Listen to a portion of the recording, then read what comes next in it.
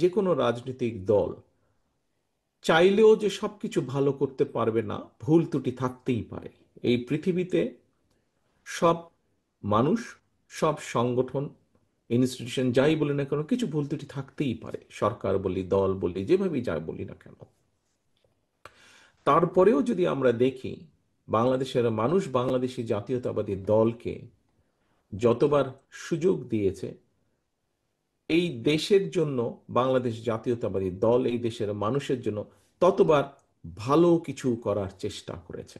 আমরা সিদ্ধান্ত নিয়েছি আগামী নির্বাচনে বাংলাদেশের মানুষ বিএনপিকে আবার দেশ পরিচালনায়, ইনশাল্লাহ দেশ পরিচালনার সুযোগ দিলে আমরা এই খাল খননটি কাজ আবার শুরু করব। এটি আলোচনা হয়ে গেছে, এটি যে উপস্থাপন করেছে এটি আলোচনা হয়ে গেছে।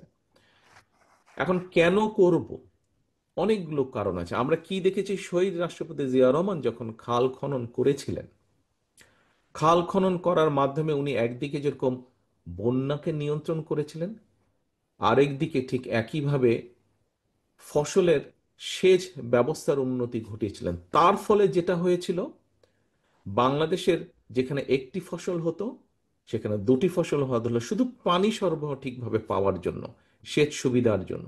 যেখানে দুটি হতো সেখানে তিনটি ফসল হওয়া ধরলো, শুধু সেচ সুবিধা পাওয়ার জন্য। এই বাংলাদেশ যেখানে দুর্ভিক্ষ হয়েছিল কয়েক বছর আগে শহীদ রাষ্ট্রপতি জিয়া রহমানের সময়, সেখানে খাদ্যে স্বয়ংসম্পূর্ণতা হলো, অল্প পরিমাণ হলেও আমরা বিদেশে খাদ্য রফতানি করতে সক্ষম হয়েছিলাম বিভিন্নভাবে, বিভিন্ন সেক্টরে। তোমরা যেমন আছো, তোমাদের থেকে তরুণ যারা আছে, ছেলে মেয়ে তরুণ যারা আছে, সেটি শিক্ষিত হোক, অল্প শিক্ষিত হোক, অর্ধশিক্ষিত হোক, সব ধরনের মানুষ, শহরে থাকুক, গ্রামে থাকুক, সব ধরনের মানুষ কম বেশি বিভিন্ন রকম কর্মসংস্থানের তাদের সুযোগ সৃষ্টি করা।